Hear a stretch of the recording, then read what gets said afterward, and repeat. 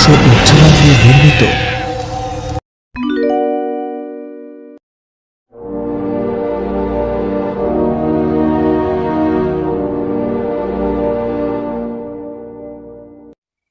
সন্ধ্যা প্রায় ঘনিয়ে এসেছে।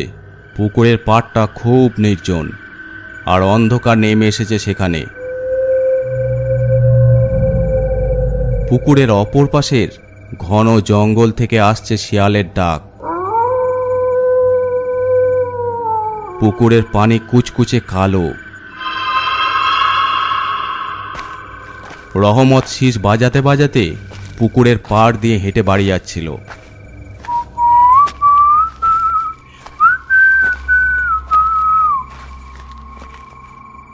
হঠাৎ দেখল পুকুরের পাড়ে তালগাছটার গোড়ায় কে যেন বসে আছে। কাছে গিয়ে বলল, কে কে আপনি? লোকটা ওর দিকে ভয়ঙ্কর মুখ নিয়ে তাকাতেই রহমত ভয়ে চরম আতঙ্কে আঁতকে উঠে।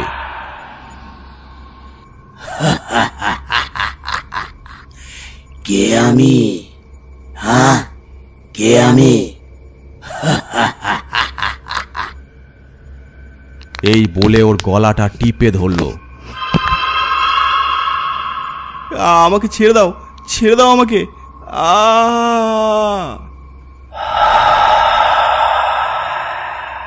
ফলে রহমত ওখানেই মারা গেল। সারা রাত ধরে ওর বাবা গ্রামের লোকজন নিয়ে ওকে খুঁজল, কিন্তু কোথাও পেল না।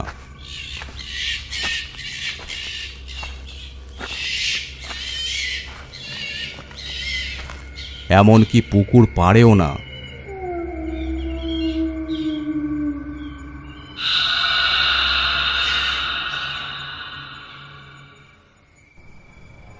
অদ্ভুতভাবে রহমতের গায়েব হবার দুদিন বাদে রাতের বেলা ওই পুকুরে মাছ ধরতে গেল সাজু। টর্চের আলোয় দেখল পুকুরের কিনারায় বড় একটা বোয়াল মাছ। আরে কি ভাগ্য আমার, সামনে এত বড় বোয়াল মাছ। কিন্তু পানিতে নামতেই হঠাৎ মাছটা উধাও হয়ে গেল। তার বদলে পানিতে ভেসে উঠল এক ভয়ঙ্কর মুখ।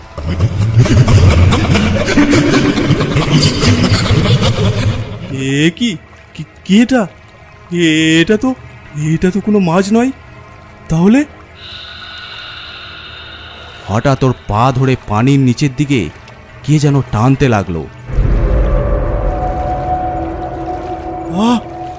ছেড়ে দাও, ছেড়ে দাও আমাকে, বাঁচাও, বাঁচাও, বাঁচাও। বেশিক্ষণ লাগলো না ওর পানিতে তলিয়ে যেতে। দিন সকালে লোকজন সাজুর টর্চ লাইটটা পুকুর পাড়ে খুঁজে পেল, কিন্তু সাজুর লাশ পাওয়া গেল না। এরপর থেকেই গ্রামের লোকজনের মধ্যে আতঙ্ক ছড়িয়ে পড়ল। এতদিন লোকজন এই পুকুরটাকে অন্ধ পুকুর বলেই জানত, কারণ এর পানি কুচকুচে কালো, আর এই পুকুরের পানি কখনো সেঁচা যায় না। কিন্তু সাজু নিখোঁজ হবার পর এই পুকুরটাকে সবাই ভূতের পুকুর নামে অভিহিত করল। তার কিছুদিন বাদেই শহর থেকে ফিরে আসলেন ফাহিম সাহেব। আসতে একটু রাত হয়ে গেল। সেই পুকুর পাড় দিয়ে হেঁটে বাড়ি যাচ্ছিলেন। চাঁদটা আজ ভালোই আলো দিচ্ছে মনে হচ্ছে।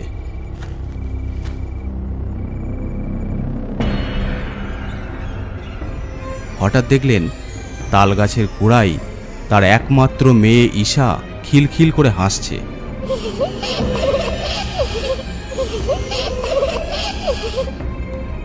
মামনি, তুমি এত রাতে এখানে কি করছো? ঈশা তখন পুকুর পাড় দিয়ে হাঁটতে হাঁটতে পুকুরে নেমে গেল।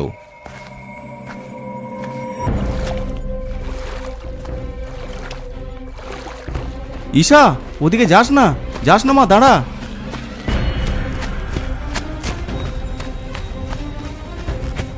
ছুটতে ছুটতে ফাহিম সাহেব পুকুরে নেমে গেল। পুকুরে নেমে উনি বুঝতে পারলেন আসলে কত বড় ভুল করেছেন উনি। এত রাতে ঈশাই পুকুর পাড়ে কি করে আসবে, আর পুকুরই বা নামবে কেন? তখনই পুকুর থেকে ঘাড় ঘুরিয়ে তাকালো ঈশারূপী সেই মেয়েটি।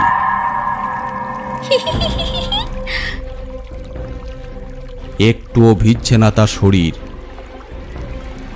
ফুটফুটে চেহারাটা মুহূর্তের মধ্যে ভয়ঙ্কর আর নিষ্ঠুর পৈশাচিক চেহারায় রূপান্তরিত হয়ে গেল।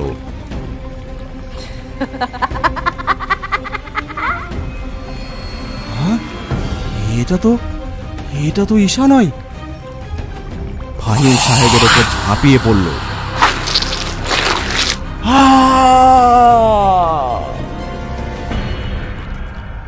পরদিন সকালবেলা ফাহিম সাহেবের লাশটা পুকুর পাড়ি পাওয়া গেল। রহমত আর সাজুর মতো গায়েব হয়নি। চোখ দুটো উপড়ানো, দুই গালে মাংস নেই, পুরো শরীরে বড় বড় দাঁত আর নখের ছাপ। বিভৎস লাশটা দেখে গ্রামবাসীরা বুঝতে পেরেছে কতটা ভয়ঙ্কর আর নৃশংস সেই ঘাতক শক্তিটা। কিন্তু কেন এসব করছে, কি চায় ওটা? ফাহিম সাহেবের লাশটাকে এনে বাড়ির উঠোনে রাখা হলো। কাকার লাশটা এক নজর দেখেই দৌড়ে সেখান থেকে চলে আসলো দীপু। মন খারাপ করে দাঁড়িয়ে রইল বাইরে। ফাহিম সাহেব দীপুর একমাত্র কাকা। ঢাকা থেকে আসার সময় কিছু না কিছু নিয়ে আসে ওর জন্য। কাকার জন্য খুব কষ্ট লাগছে ওর। মনে মনে প্রতিশোধের জন্য দিশেহারা হয়ে যায় দীপু। কিন্তু গ্রামের সবচেয়ে বোকা আর গাধা ছেলেটা হলো দীপু। কখনো ওর দ্বারা কিছুই হয় না। কেউ ওর সাথে তেমন মিশে না।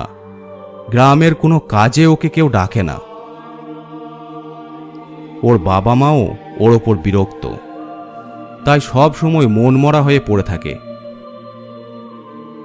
এর প্রতিশোধ আমি নেবই। গ্রামবাসীর এই দুর্দিনে জীবন দিয়ে হলেও আমি সব করব। সন্ধ্যা নেমে এলো গ্রাম জুড়ে। পাখিরা যার যার নীড়ে ফিরে যাচ্ছে। ঘরে ঘরে সন্ধ্যা প্রদীপ জ্বলে উঠল।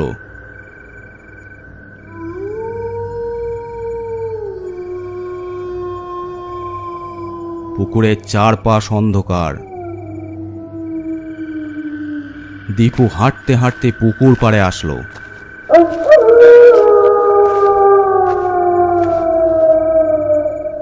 নীরবে এসে দাঁড়ালো পুকুর পাড়ে।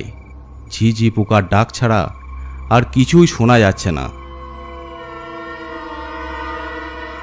হঠাৎ দীপু দেখল তালগাছের গোড়ায় একটা গরু ঘাস খাচ্ছে। এই সন্ধেবেলায় কার গরু এখানে ঘাস খাচ্ছে দেখি তো। এগিয়ে গেল দীপু।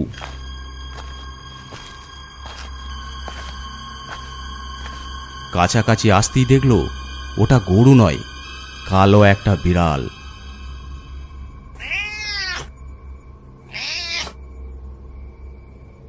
আশ্চর্য, গরুটা বিড়াল হলো কি করে?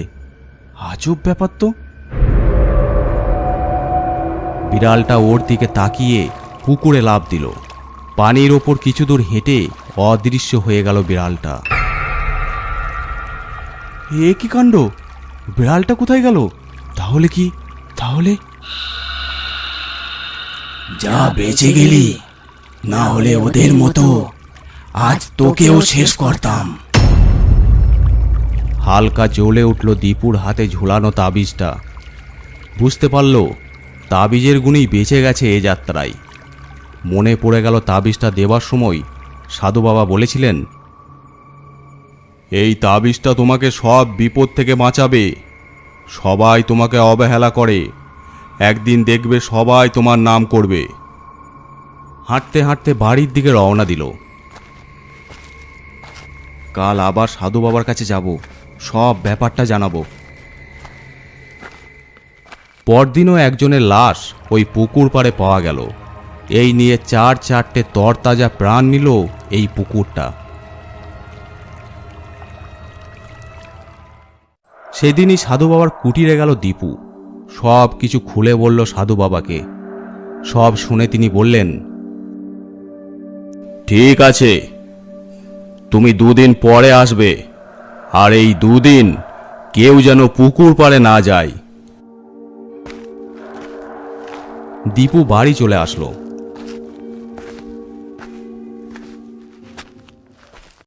সেদিন বিকেলে দীপুর সাথে দেখা হলো ওর বন্ধু তুহিনের। কি রে বলদ, তোকে তো আজকাল দেখাই যায় না, কোথায় থাকিস? একটু কষ্ট পেল দীপু। বন্ধু, আমি তো বাড়িতে থাকি, তুই এখন কোথায় যাস? এই একটু আইভির সাথে দেখা করতে যাব। যেখানেই যাস যা, কিন্তু পুকুর পাড়ে যাস না যেন। আরে গাধা, পুকুর পাড়ে যাব কেন? তুই জ্ঞান না দিয়ে ভাগ এখান থেকে। দীপু চলে গেল। সন্ধ্যার পর তুহিন আইভিদের বাড়ির পিছনে আমগাছটার নিচে অপেক্ষা করছিল। কিছুক্ষণ পর আইভি আসলো। উফ, তোমাকে আজ খুব সুন্দর লাগছে আইভি। চলো ওই পুকুর পাড়ের দিকে যাই, ওইদিকে কেউ আসবে না। ঠিক বলেছ, চলো। তারা হাঁটতে হাঁটতে পুকুর পাড়ের দিকে রওনা দিল।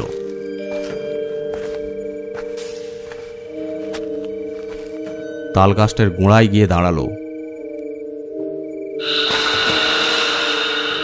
কেউ নেই আশেপাশে। আশেপাশে একটা শীতল হাওয়া বয়ে গেল। এখানটা কেমন যেন লাগছে, তাই না? তাহলে চলো ওই জঙ্গলে যাই, ওখানে কেউ আসবেও না আর কেউ দেখবেও না। তুহিন ওর কথায় মনে মনে আনন্দে নেচে উঠল। হ্যাঁ চলো। তারপর জঙ্গলের একটু ভিতরে ঢুকে একে অপরকে জড়িয়ে ধরল। তোমাকে আমি অনেক ভালোবাসি আইভি।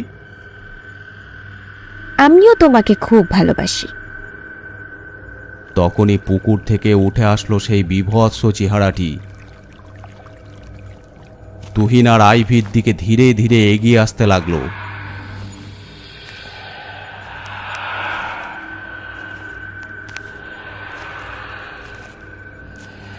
কাছে আসতেই ওরা ভয়ে জমে গেল।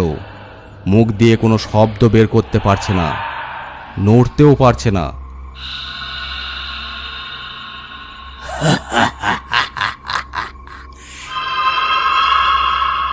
তখনই হঠাৎ মাঝখানে এসে দাঁড়ালো দীপু।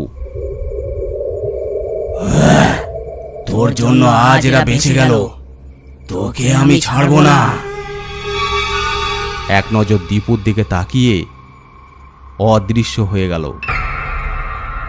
কি রে তুহিন, তোকে না পুকুর পাড়ে আসতে নিষেধ করেছিলাম, তারপর এসেছিস কেন? হ্যাঁ ভাই, খুব ভুল করেছি। কেমন জানি একটা ঘোরের মধ্যে ছিলাম, খালি পুকুর পাড় আসতে ইচ্ছে করছিল। আমারও একই অবস্থা হয়েছিল দীপু ভাই। হ্যাঁ বুঝেছি, কিসের ঘোরের মধ্যে ছিলেন আপনারা। এখন তাড়াতাড়ি চলো এখান থেকে। দীপু, কত অপমান করেছি তোকে, কত বাজে কথা বলেছি, আমাকে মাফ করে দিস দয়া করে। আজকে তোর জন্যই বেঁচে গেছি আমরা। তুই আসলেই খুব সাহসী আর খুব ভালো ছেলে। মনে মনে খুব খুশি হলো দীপু। 2 দিন বাদে সাধু বাবার কাছে আবার গেল দীপু। সাধু বাবা ওকে একটা তাবিজ দিয়ে বলল, তোমাদের গ্রামের ওপর দুষ্ট আত্মা নজর পড়েছে, ও আরও কিছু মানুষকে মারার চেষ্টা করবে। তোমাকে আজ রাতে পুকুরের অপর পাশে জঙ্গলের পরে যে কবরস্থানটা আছে সেখানে যেতে হবে। যে কোনো একটা কবর থেকে এক টুকরো কাফনের কাপড় এনে এই তাবিজটাকে মুড়িয়ে পুকুরে ফেলে দিতে হবে, তাহলে সব সমস্যার সমাধান হয়ে যাবে। ঠিক আছে, কিন্তু বিপদ আছে অনেক। তবে যত যাই কিছু হোক না কেন, তুমি যাওয়ার পথে একবারও পিছন ফিরে তাকাবে না, আর পুকুরে তাবিজটা ফেলার আগে কোনো কথাও বলবে না। পারবে তো? যতই বিপদ আসুক না কেন, আমি আমার গ্রামের জন্য গ্রামবাসীর জন্য এই কাজটা করবই। গভীর রাত, চারিদিকে শুনশান নীরবতা। তাবিজটা নিয়ে পুকুর পাড়ে চলে আসলো দীপু। জঙ্গলের দিকে হাঁটতে লাগলো। ঝড় তুফান কিছুই নেই।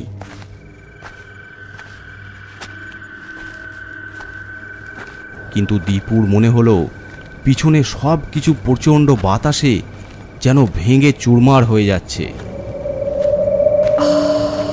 শোঁ শোঁ করে বাতাস বইছে, কেউ যেন হেঁটে আসছে, ফিস ফিস করে কথা বলছে। না, যাই হয়ে যাক না কেন, আমি পিছনে তাকাবোই না, আমি পিছনে তাকাবো না। দীপু, পিছনের দিকে তাকাও, যেও না তুমি। যা চাও তুমি তাই পাবে। গ্রামের জমিদার বানিয়ে দেব তোমাকে। দীপু সে কথায় কোনো কান না দিয়ে সোজা হাঁটতে লাগলো। জঙ্গলের ভিতর ঢুকে গেল। জঙ্গলটা পার হলি কবরস্থান। হঠাৎ দেখলো সামনে একটা গাছে তুহিন ঝুলছে, চোখ দুটো খোলা। কিছু দূরে সামনে আর একটা গাছে ঝুলছে আইভির লাশ। না, এ সবই মায়া, এই সবই মায়া ওই পিশাচের। থামলো না দীপু, সামনে এগিয়ে গেল। বারবার পিছনে তাকাতে ইচ্ছে করছে, তবে ও জানে এ সবই ওই বীভৎস চেহারার ভেলকি। ভয়ে ওর বুক কাঁপছে। সমস্ত সাহস সঞ্চয় করে ও জঙ্গলটা পার হয়ে কবরস্থানে ঢুকলো। ওই তো একটা নতুন কবর, ওখানেই যাই। দীপু কবরটা খুঁড়ে ভেতর থেকে এক টুকরো কাফনের কাপড় কেটে নিল। তারপর আগের মতো মাটি চাপা দিয়ে কবরটা ভরে দিল। চারিদিকে মনে হচ্ছে সবাই ফিস ফিস করে কথা বলছে। তাবিজটাকে কাফনের কাপড় দিয়ে ভালো করে মুড়িয়ে বেঁধে নিল।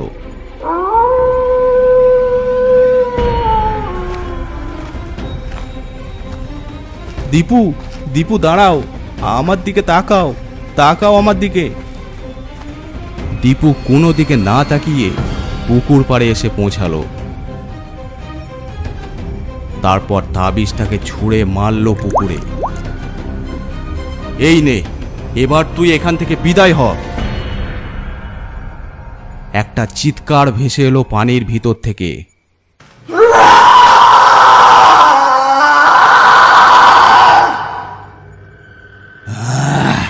আজ 200 বছর আমি এই পুকুরে বাস করছি। যে আমার মায়ায় পড়েছে তাকেই আমি মেরেছি, শুধু তোকে মারতে পারলাম না। আর আমার 3টে লাশ দরকার ছিল, তোর জন্য হলো না। না হলে আমি অনেক শক্তিশালী হয়ে যেতাম। আমি চলে যাচ্ছি, তবে আবার ফিরে আসবো, আবার ফিরে আসবো। তারপর একটা আলোর রশ্মি ওকে ঘিরে ধরল, আর সেটা ধীরে ধীরে পুকুরের ওপর দিকে উঠে চলে গেল। সব কিছু শান্ত হয়ে গেল। তারপর দীর্ঘশ্বাস ফেলে পুকুর পাড়ে বসে পড়ল দীপু। হ্যাঁ, আমি পেরেছি। ওই বীভৎস চেহারাটাকে এখান থেকে তাড়াতে পেরেছি। আমার কাকুর মৃত্যুর বদলা নিতে পেরেছি। তারপর বাড়ির দিকে হাঁটা দিল।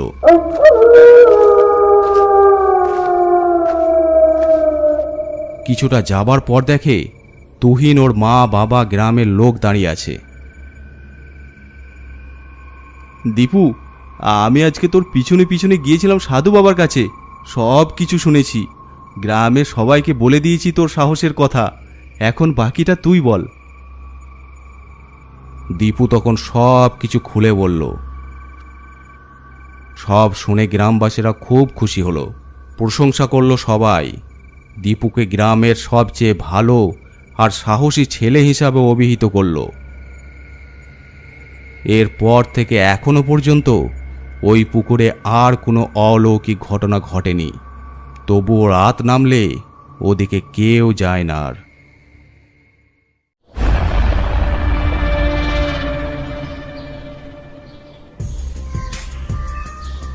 আজকের গল্পটি আপনাদের কেমন লাগলো অবশ্যই কমেন্ট করে জানাবেন।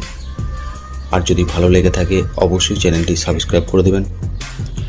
আর আপনারা যারা গল্প পাঠাতে চান আমাদের ফেসবুক পেজে ইনবক্স করে পাঠাতে পারেন অথবা আমাদেরকে মেল করতে পারেন। সব কিছুর লিঙ্ক ডিসক্রিপশন বক্সে দেওয়া আছে।